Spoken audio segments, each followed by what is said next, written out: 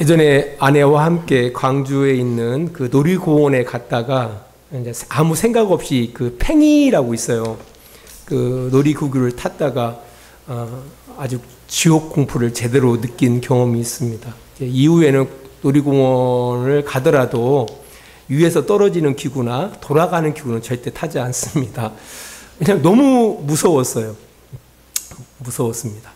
사실 놀이기구에 대한 두려움이 있으면 기구를 타지 않아도 되죠. 그러나 두려움이 있지만 선택의 여지가 없는 어떤 새로운 경험이 있습니다. 그것은 바로 죽음입니다. 지난주에 큰 아들에게서 연락이 왔어요. 목소리가 아주 잠긴 것이 뭔가 고민이 있어 보였습니다. 그래서 물었더니 외국에 유학 갔다가 온 친한 후배가 있었는데 그 친구가 갑작스럽게 세상을 떠났다라는 그런 소식을 듣게 됐다라는 거예요. 이제 그 이야기를 듣는 순간 이제 큰 충격에 빠진 거예요. 그래서 어떤 일도 손에 잡히지 않아서 그 답답한 심정으로 아빠에게 전화를 한다라고 이제 이야기를 하더라고요. 한 20분간 이제 그런 얘기 저런 얘기들을 이렇게 하면서 많이 위로해 줬는데요. 사실 이 죽음이라는 것은 남녀노소를 가리지 않고 우리들에게 찾아온다라는 겁니다. 사실 죽음 이후에 세계가 있느냐 없느냐를 차치하고 모든 사람은 죽는다라는 것은 사실입니다. 여러분들 어떻게 생각해요? 죽음은 우리 모두에게 찾아올 텐데 죽음 이후에 세계가 있을까? 아니면 죽음과 함께 모든 것이 끝나는 것일까? 예전에 죽음 이후의 어떤 세계에 대해서는 종교의 영역에서만 다뤘습니다. 하지만 최근 과학과 의학의 발전으로 인해서 죽음, 곧 이제 심장이 멈춰지죠. 동공이 확장되고 뇌폐가 정지되어지면은 의사는 그 사망 선고를 합니다. 근데 신기한 것은 사망 선고를 받았다가 다시 의식이 돌아오는 사례들이 많아지게 된 겁니다. 왜냐하면 의학이 발전되어지면서 이런 일들이 이제 많아지기 시작된 거예요. 또 새롭게 이제 그런 사람들만 이제 전문적으로 연구하는 그런 과학자들이 이제 생겨나게 된 겁니다. 대부분 의사들이에요. 의사들. 이게 보니까 분명히 사망 선고를 했는데 다시 의식이 돌아왔어요. 근데 이분들의 이야기를 들어보니까 생생한 기억들이 있더라는 거예요. 보통 과학에서 이 의식이라는 것은 내가 주관한다고 생각을 해요. 그래서 뇌파가 정지되어지면 어떤 생각이나 어떤 의식을 할 수가 없다라고 그들은 생각하고 있거든요. 근데 문제는 뇌파가 정지돼서 사망 선고를 받았는데 그들이 의식한다라는 거예요. 도저히 어떤 과학, 이전의 과학을 가지고서는 이해할 수 없는 일들이 뭐 한두 건이 아니라 계속 일어나는 거예요. 이제 이런 어떤 그 의문 가운데, 죽음 이후에 이게 죽음이 어떤 몸의 죽음일 뿐이지 의식이 죽는 것은 아니구나라는 그런 문제의식을 가지고서 이제 연구하기를 시작한 거예요. 특별히 이제 그 의사들 가운데 그런 경험이 많았던 의사들이. 그 네덜란드의 심장 전문의였던 핀 반 논멜이라는 의사 선생님이 이제 대표적인 사람이었는데요. 사망 선고가 이루어진 환자 가운데 다시 살아난 344명에 대한 기록을 연구 논문으로 의학 전문지에 발표한 겁니다. 이게 신기한 거예요. 과학자가 이게 죽음 이후에 사후에 대해서 이야기한 거에 대해서는 이게 처음이었습니다. 그 이후에 많은 과학자들이 죽음 이후의 세계에 대해서 많은 연구들을 했고요. 우리가 생각한 것보다 여러 권의 책들이 발표되어졌고요. 여러 논문들이 소개되고 있다라는 겁니다. 저는 이제 목사이지만 저도 공대 출신이라 과학을 존중해요. 또 하나님께서는 우리에게 신학도 주시고 과학도 주셨다라고 저는 생각을 해요. 분명 과학이 연구하고 설명하는 것에 대한 한계는 있어요. 하지만 때로는 신학에서 설명할 수 없는 것들을 과학이 설명해 줄 때가 많다라는 겁니다. 예전에는 지구를 중심으로 태양이 돈다고 생각했잖아요. 그렇지만 지금 어떤 누구도 태양이 지구를 돈다라고 생각하지 않습니다. 누가 밝혀낸 거예요? 과학이 밝혀냈다라는 겁니다. 그래서 그런 차원에서 바라보면은 신학에서 설명해 줄 수 없는 것들 가운데 또 과학이 설명해 주는 것들이 많다라는 생각을 하게 되어집니다. 제가 부활절 설교를 준비하면서 지난 며칠 동안 죽음에 대한 영상 또 강의를 많이 봤어요. 시청을 했습니다. 하다 보니까 좀 우울해지더라고요. 계속 강의를 듣다 보니까. 사실 이게 소비를 통해서 삶의 의미를 찾는 우리가 자본주의 가운데 살고 있거든요. 죽으면 소비할 수가 없잖아요. 그래서 죽음을 금기시를 합니다. 그런 사회적인 그 환경 가운데 우리가 살고 있다라는 겁니다. 그래서 이 죽음이라는 이 주제가 되게 이게 사실이지만 터부시해요. 근데 중요한 것은 이 죽음을 우리가 잘 이해할 때 비로소 우리가 이 땅 가운데 우리의 삶의 질이 높아질 수 있다라는 것이 그 죽음에 대한 그 영상의 공통적인 주제더라고요. 사실 죽음을 잃어버린다고 해서 잊고 산다고 해가지고 죽음에서 자유할 수는 없습니다. 죽음은 매우 중요한 주제입니다. 사실 삶에 관하여 이해를 하려면 죽음을 할 줄 알아야 한다는 겁니다. 그래서 죽음을 잘 이해할 때 이 땅에서의 후회 없는 삶을 살 수 있는 거예요. 사실 이제 기독교에서는 죽음에 대해서 이렇게 말합니다. 우리 히브리서 9장 27절 28절입니다. 한 번 죽는 것은 사람에게 정해진 것이요 그 후에는 심판이 있으리니 이와 같이 그리스도도 많은 사람의 죄를 담당하시려고 단번에 들이신 바 되셨고 구원에 이르게 하기 위하여 죄와 상관없이 자기를 바라는 자들에게 두 번째 나타나시리라. 우리가 이제 살다 보면은 태양과 달과 별의 모습을 보게 되어져요. 항상 태양은 아침마다 태양은 뜨죠. 그리고 우리에게 햇빛을 줍니다. 그죠? 이거 누가 정하신 거예요? 우리가 정했습니까? 우리가 정한 게 아니에요.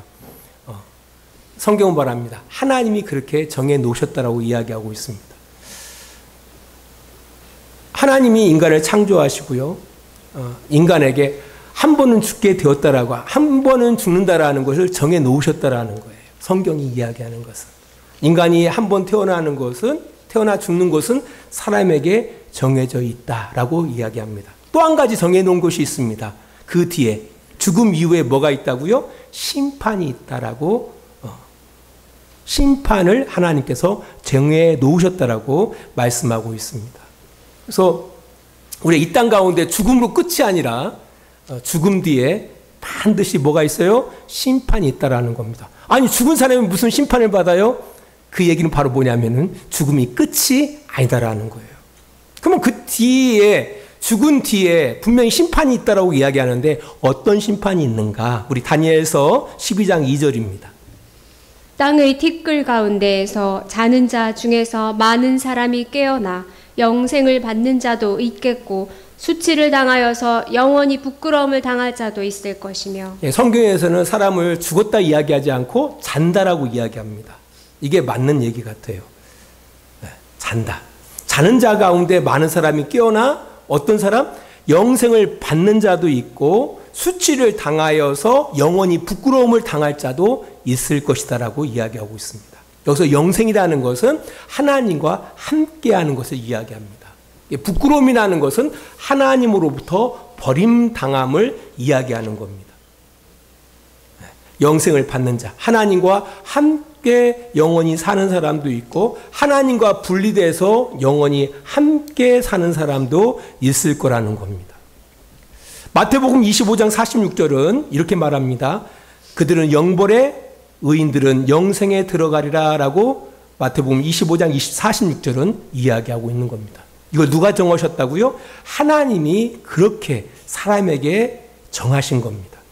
죽음은 끝이 아니다. 시작을 위한 하나의 가정이다라는 겁니다. 그래서 우리가 이 땅의 삶을 함부로 살 수 있는 것이 아닙니다. 왜냐하면 심판이 있기 때문입니다. 우리 학생들 이제 곧 중간고사 기간인데요. 중간고사가 앞에 있는데 우리가 함부로 시간을 보낼 수가 없잖아요. 중간고사를 잘 보기 위해서 열심히 준비해야 하는 거 아닙니까? 마찬가지예요.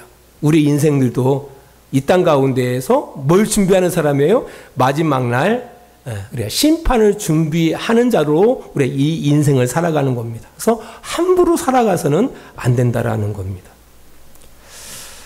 오늘은 우리 주 예수 그리스도께서 죄와 사망의 권세를 물리치시고 부활하신 부활절입니다. 사실 이 부활은 예수 그리스도의 고난과 더불어 기독교의 핵심 중에 핵심입니다.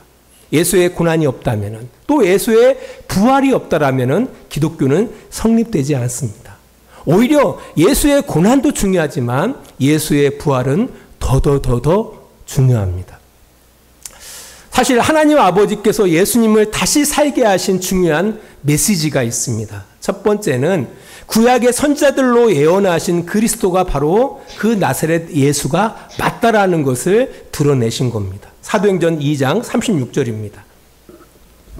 그런즉 이스라엘 온 집은 확실히 알지니 너희가 십자가에 못 박은 이 예수를 하나님이 주와 그리스도가 되게 하셨느니라 하니라. 예수님께 죄 없으신 예수님께서 우리의 죄 용서를 위해서 십자가에서 죽으셨어요. 아무나 죽는다고 죄 용서를 받는 게 아닙니다. 죄 없으신 하나님의 아들이 죽어야 돼요. 근데 그가 하나님의 아들이심을 우리가 어떻게 압니까? 바로 부활을 통해서 드러내셨다라는 겁니다. 그래서 예수의 부활은 그가 하나님의 아들로서 우리의 죄의 문제를 해결하시는 바로 그리스도이심을 드러내신 사건인 겁니다. 그래서 중요한 겁니다. 그래서 중요하다. 두 번째로요, 그리스도의 부활은 죽음이 끝이 아닌 부활이 있음을 우리에게 드러내시고 있다는 겁니다. 고린도전서 15장 20절입니다. 고린도전서 15장 20절. 그러나 이제 그리스도께서 죽은 자 가운데서 다시 살아나사 잠자는 자들의 첫 열매가 되셨도다. 여기서 잠잔다라는 것은 앞에서 말씀드렸던 것처럼 우리가 이제 소위 죽은 사람들을 이야기하는 겁니다. 세상에 많은 죽은 사람들이 있죠. 그 죽은 사람들 가운데 첫 열매, 이게 부활을 통해서 우리 인생이 죽음으로 끝이 아니라 부활이 있음을 드러내 보이셨다라는 겁니다.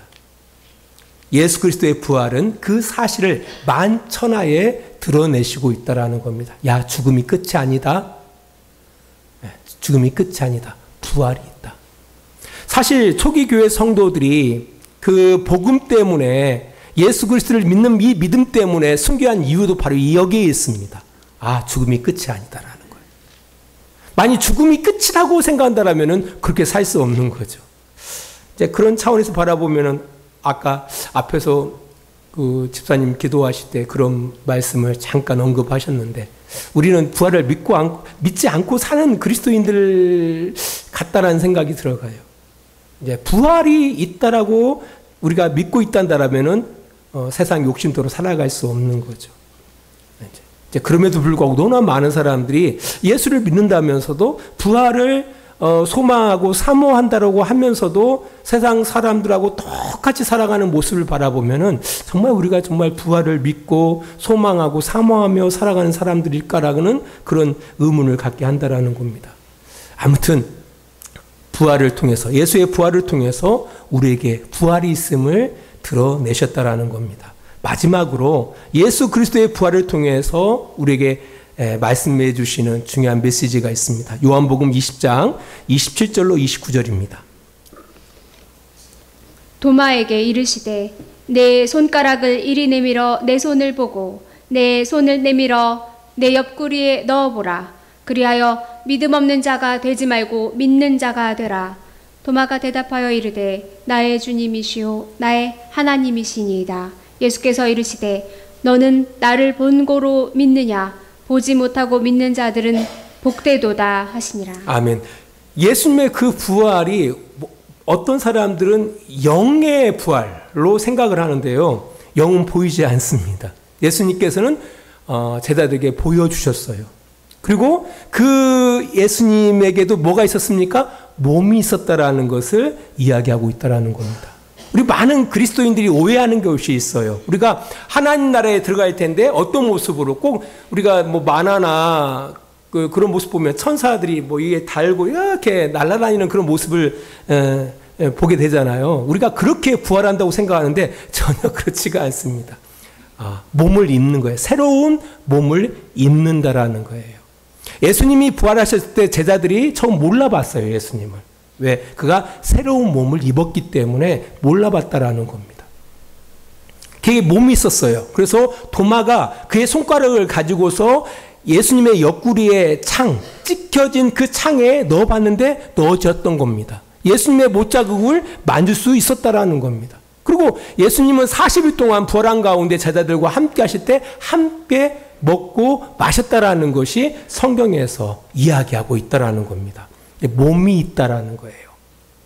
부활할 때 그 영의 몸을 입는다라는 겁니다. 이게 온전한 몸을 입게 된다라는 겁니다. 새로운 몸을 입는다. 네. 고린도전서 15장 44절입니다. 고린도전서 15장 44절. 육의 몸으로 심고 신령한 몸으로 다시 살아나나니 육의 몸이 있은즉 또 영의 몸도 있느니라. 네, 영의 몸이 있다라는 겁니다. 그렇게 부활할 것을 말씀하고 있다라는 겁니다. 오늘 본문 베드로전서 1장 3절은 이렇게 이야기해요. 우리 주 예수 그리스도의 아버지 하나님을 찬송하리로다. 그의 많은 긍휼대로 예수 그리스도를 죽은 자 가운데에서 부활하게 하심으로 말미암아 우리를 거듭나게 하사 산 소망이 있게 하셨다라고 이야기하고 있습니다. 예, 살아있는 소망이라고 언급하고 있는데요. 산 소망이 있다라는 것은 어떤 소망도 있다라는 겁니까? 죽은 소망도 있다라는 거죠. 죽은 소망은 이런 거예요. 더러운 것, 낡아지는 것, 없어지는 것을 이야기하는 겁니다. 우리가 세상에서 추구하는 대부분의 것들은 더럽고 낡아지고 없어지는 겁니다. 그러니까 죽음과 함께 모든 것들이 의미가 없어지는 것. 그죠? 건강도 죽음과 함께 아무 의미가 없습니다. 돈도 죽음과 함께 아무런 의미가 없어요. 명예도 그렇습니다. 지난주에 아내랑 TV를 함께 보는데 아내가 그러는 거예요. 저분 옛날에 참 예뻤는데 지금 보니까 나이가 들어가니까 위로를 받는가 봐요. 아내가. 늙어지니까 똑같구나. 아무 의미가 없어요. 잠깐 살 때 그 정도지. 늙어지면 누구 유행가의 가사처럼 늙어지면 아무 의미가 없어요. 사실은. 낡아지는 거, 더러워지는 거, 새해지는 거, 허무해지는 거. 사실 우리는 그것이 진짜 소망인 줄 알고 열심히 달려가거든요. 그게 아니더라는 거예요. 그렇다면 산 소망은 뭐예요? 더럽지 아니하고 낡아지지 아니하고 없어지지 아니하는 것, 허무해지지 아니하는 것. 이것이 바로 산 소망인 겁니다. 이걸 뭘 통해서? 부활을 통해서 그 산 소망을 우리에게 주시고 있다라는 겁니다. 말씀의 교를 맺으면서요, 우리가 이 산 소망을 갖기를 원합니다. 잠깐 있다가 없어지는 것에 너무 매몰되지 마십시오.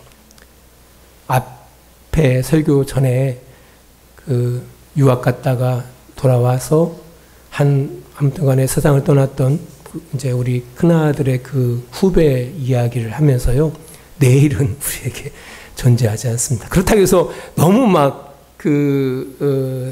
뭐 이렇게 좀 부정적인 마음으로 살아가라는 얘기는 아닙니다.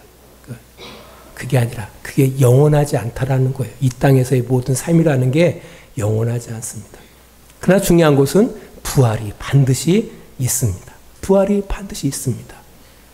그리고 그때 부활만 있는 게 아니에요. 부활한 몸을 가지고 뭐가 있다고요? 심판이 있음을 기억해야 한다라는 겁니다. 그 심판대에 하나님 앞에 부끄럽지 않는 사람으로 서기를 원합니다. 그것을 기억하면서 우리의 이생의 삶을, 우리 육신을 가지고 살아가는 이 삶을 성실하게 잘 살아가시는 우리 주양교회 성도들이 됐으면 좋겠습니다. 사탄은 끊임없이요, 죽음을 무서워하는 이들에게 사망 안에서 제 종노릇하게 한다라는 겁니다. 하나님 없이 세상 것이 다인 줄 알고 현혹해서 우리의 삶을 망가뜨린다라는 이 사실을 기억하셔야 돼요.